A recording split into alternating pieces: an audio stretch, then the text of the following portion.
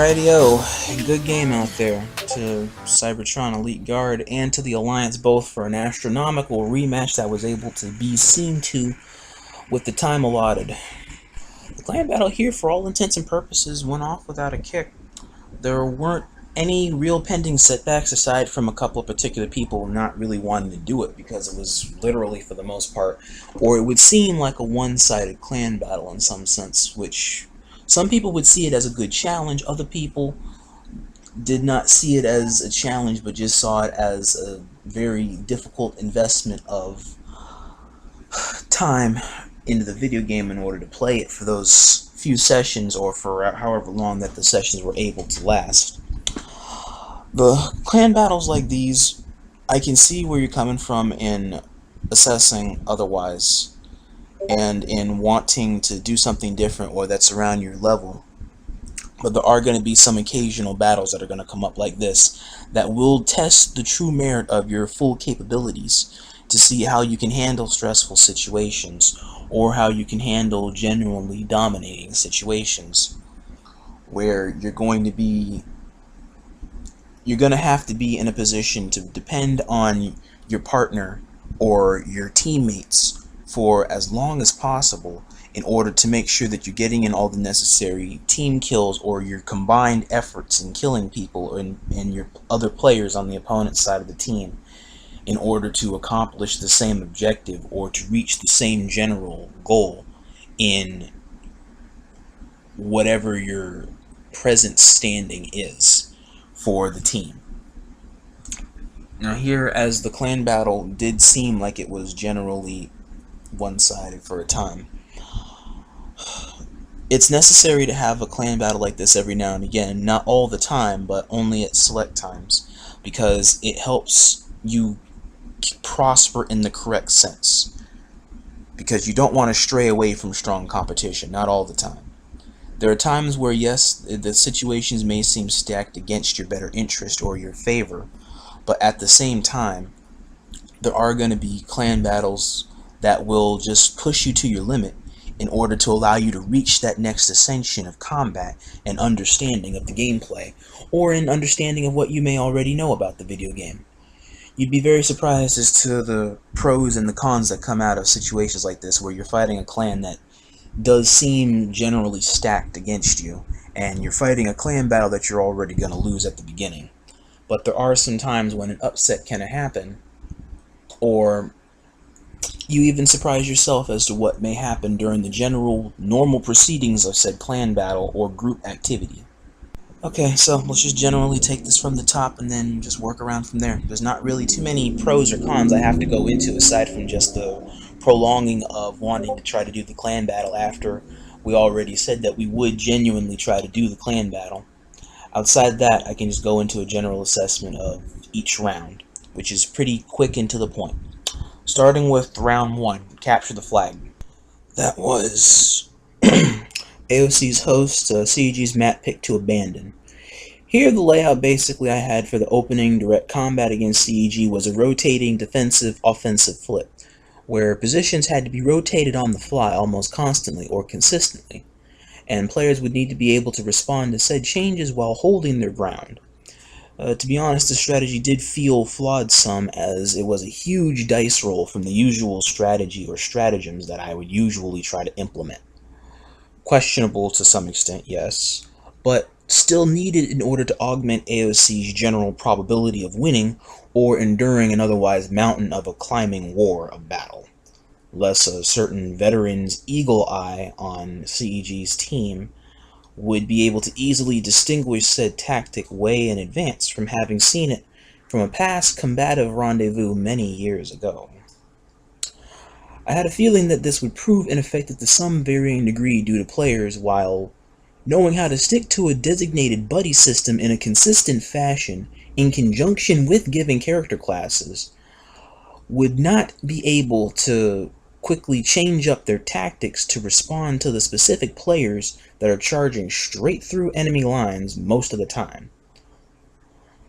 But a side note to this, though, that I will note to A.o.C's favor is that this was not totally ineffective, as a point was scored out of nowhere to cut off C.E.G's pending shutout win of Capture the Flag. As seemingly flawless as C.E.G's direct approach was in turning Aswin into literally a titanic battering ram to mow through almost all of my defensive plays, it was still flawed, and that there was a good spark of hope that A.o.C really did need in order to catch a breather in mid-game and just kind of take a break from the tension that was probably building up and just trying to get kills in anywhere and trying to make sure that any of their plays could work, rather than just constantly turning a corner and getting domed instantly.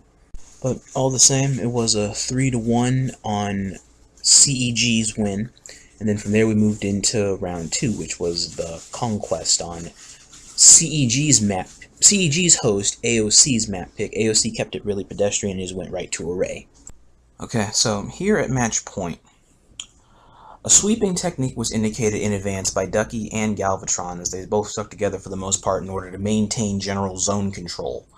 But again, this strategy was challenged by the simplest direct approach, it seemed, as C.E.G used the basic medic push in order to play using pro skills and Aswin at the forefront of every play for a node in order to do counter zone control. They basically just had pro skills and Aswin and then Leo backing it up in order to just power through a lot of this stuff.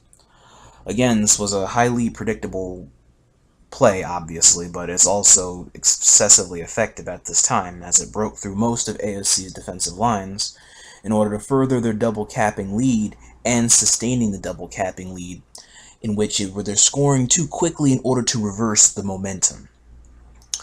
While the aim laid out that I gave the guys here was to try and keep Aswin and pro skills suppressed in order to decrease their kill stacking and their point counts, which briefly did give a chance in order to play catch-up, even if not by much. A catch-up is a catch-up. Them instead breaking our enemy lines too quickly worked against A.o.C, that led to them suppressing and continually suppressing both Death Guns and myself, and eventually Redesai. A lag out happened at that time, I believe.